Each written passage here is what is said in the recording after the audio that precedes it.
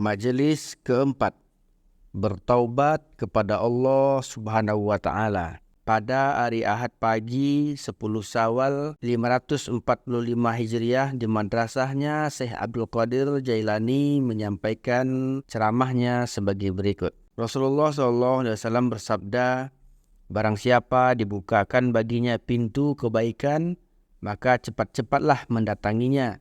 Sesungguhnya ia tidak tahu kapan pintu itu akan ditutup baginya. Bersegeralah mengambil keuntungan dari pintu kehidupan selagi belum ditutup untukmu. Perbanyaklah melakukan amal-amal baik selagi masih ada kesempatan. Cepatlah memasuki pintu taubat selagi pintu itu terbuka bagimu. Gunakanlah pintu doa selagi ia terbuka untukmu. Gunakanlah kesempatan bergaul dengan orang-orang soleh selagi kesempatan itu terbuka untukmu. Bangunlah apa yang telah kamu rusak. Cucilah apa yang telah engkau lumuri dengan najis. Perbaikilah sesuatu yang telah engkau robohkan. Bersihkan apa saja yang telah engkau kotori. Kembalikanlah apa yang telah engkau ambil. Kembalilah kepada Tuhanmu. Wahai ulam, tidak ada di sini kecuali Al-Haq Azza wa Jalla. Jika engkau bersama Khalik, maka engkau adalah hambanya. Jika engkau bersama makhluk, maka engkau adalah hamba mereka. Tidak ada alasan bagimu sehingga mengembara hatimu. Tinggalkan saja segala sesuatu dengan nuranimu.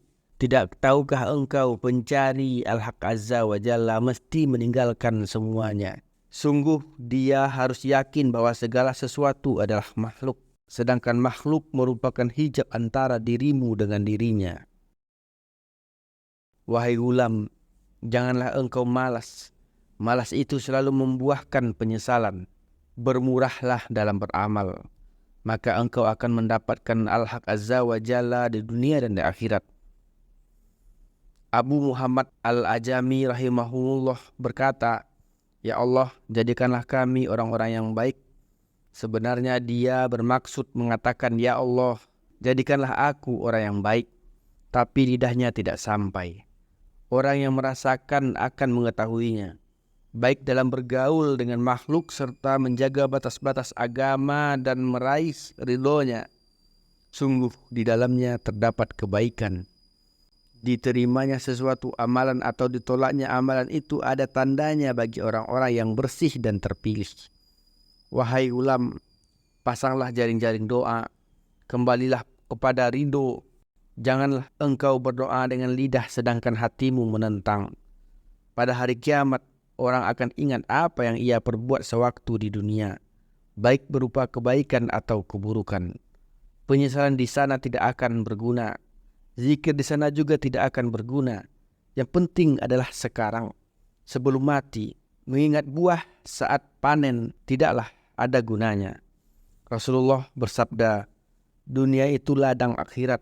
Barang siapa menanam kebaikan akan mendapat apa yang ia inginkan. Barang siapa menanam keburukan akan mendapat penyesalan. Jika datang kebaikan kepadamu, engkau baru tersentak dan sadar. Namun kesadaran pada waktu itu tidak ada artinya. Ya Allah, bangunkan kami dari lelapnya kelalaian dan kebodohan ini. Wahai ulam, berteman dengan orang-orang bodoh akan menjauhkan dirimu dari orang-orang baik. Berjalan di bawah naungan kitab Allah Subhanahu wa Ta'ala dan sunnah Rasulnya akan membawamu kepada kejayaan. Malulah kepada Allah. Janganlah engkau lalai. Janganlah engkau menyia-nyiakan waktumu dengan menyibukkan diri mengumpulkan apa yang tidak engkau makan. Janganlah engkau mengangan-angankan sesuatu yang tidak dapat engkau temukan dan membangun sesuatu yang tidak akan engkau tempati. Semua itu telah menghalangimu menuju ke hadirat Allah Subhanahu wa Ta'ala melalui zikir kepadanya. Zikrullah di hati orang-orang yang makrifat telah melupakannya pada sesuatu yang lain. Jika keadaan telah demikian, maka surga menjadi tempat tinggal. Surga menjadi pilihan. Dan surga adalah tempat yang dijanjikan. Sesuatu yang istimewa di dunia ini adalah ridho dan takdir. Dan dekatnya hati kepada Allah Subhanahu wa Ta'ala. Bermunajah kepadanya. Dan terangkat hijab antara dirimu dan dirinya. Orang yang memiliki hati demikian, dalam khalawatnya bersama Al-Haq Azza wa Jalla, dalam semua keadaan merupakan sesuatu yang tidak terlukiskan. Tidak ada sesuatu pun yang serupa dengan dia, dan dialah yang maha mendengar lagi maha melihat. Quran Surat Asy-Syura ayat ke-11. Adapun sesuatu yang dijanjikan itu adalah orang-orang mukmin akan memandang wajah Allah Subhanahu wa taala tanpa hijab, tidak diragukan lagi. Semua kebaikan datangnya dari Allah dan semua kejahatan datangnya dari selain Allah. Kebaikan itu adalah dalam menghadap kepadanya dan keburukan itu karena berpaling darinya. Setiap amal yang engkau harapkan upahnya adalah untukmu, dan setiap amal yang dilakukan karena dia berarti untuknya. Jika engkau beramal dan meminta ganti, maka balasannya adalah makhluk. Jika engkau beramal untuk mencari ridho Allah, maka balasannya adalah kedekatanmu dengan Allah Subhanahu wa taala dan memandang kepadanya. Kemudian engkau tidak meminta ganti atas semua amalmu. Apakah artinya dunia, akhirat, dan segala sesuatu selain dia jika dibandingkan dengan dia? Carilah yang memberi nikmat. Jangan hanya mencari nikmat. Carilah tetangga sebelum mencari rumah. Dialah yang ada sebelum segala sesuatu ada. Dialah yang mengadakan segala sesuatu. Dan uang itu ada sesudah sesuatu. Engkau harus selalu mengingat maut, sabar dalam menghadapi ujian, dan bertawakal kepada Allah dalam semua keadaan. Jika engkau memiliki 3 hal tersebut, kejayaan akan datang kepadamu. Dengan mengingat maut, maka benarlah zuhudmu. Dengan bersabar, maka engkau akan berhasil memperoleh apa yang engkau inginkan. Dan dengan tawakal, segala sesuatu akan keluar dari hatimu. Dan engkau akan berhubungan dengan Tuhanmu Azza wa Jalla di dunia dan akhirat. Dan segala sesuatu selain dia akan tunduk kepadamu, kemudian akan menghampirimu dari segala penjuru. Demikian pula perlindungan dan penjagaan. Tuhanmu akan menjagamu dari segala arah. Tidak ada jalan bagi satu makhluk pun yang hendak menyakitimu. Segala arah tertutup. Semua pintu terkunci. Jika demikian, engkau termasuk orang yang disebut oleh Allah Subhanahu wa taala. Sesungguhnya hamba-hambaku, kamu tidak dapat berkuasa atas mereka. Quran Surat Al-Isra ayat ke-65. Bagaimana mungkin dapat menguasai orang-orang yang ikhlas yang tidak pernah memamerkan amalan mereka? Bukti akan berbicara di akhir, bukan di awal. Tetapi pada akhirnya semua berbicara. Orang yang ikhlas, kerajaannya berada dalam hatinya, kekuasaannya berada dalam nuraninya. Ia tidak menghiraukan yang zahir dan yang batin.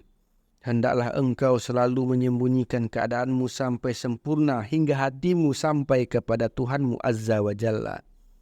Jika engkau telah sempurna dan sampai, ketika itu engkau tidak mempedulikan apapun.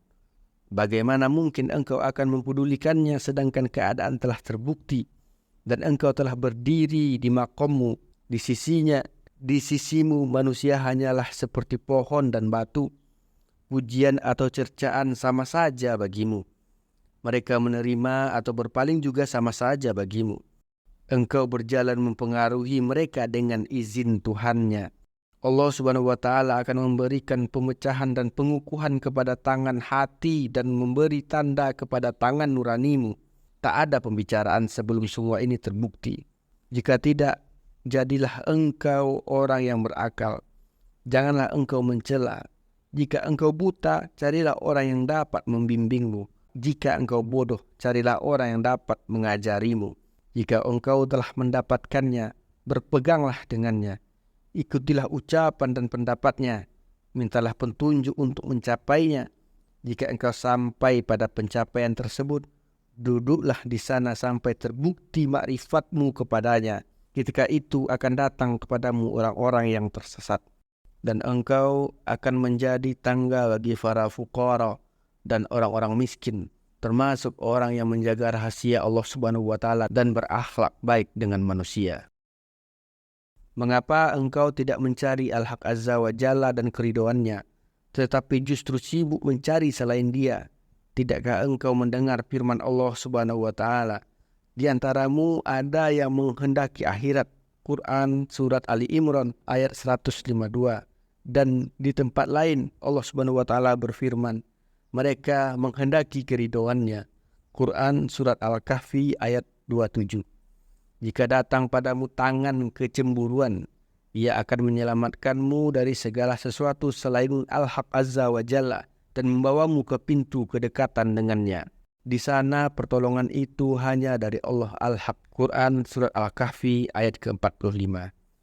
Jika hal ini telah sempurna bagimu, dunia dan akhirat akan datang kepadamu untuk melayanimu tanpa susah payah. Ketuklah pintu Al-Haq Azza wa Jalla. Tetaplah berada di pintunya. Sesungguhnya jika engkau tetap di sana, bisikan hati itu akan nyata sehingga engkau dapat mengenali bisikan nafsu maupun bisikan keinginan. Bahkan bisikan hati, bisikan iblis maupun bisikan malaikat akan dikatakan kepadamu, ini adalah bisikan yang benar, ini adalah bisikan yang batil. Engkau akan mengetahui sesuatu dengan tanda-tandanya.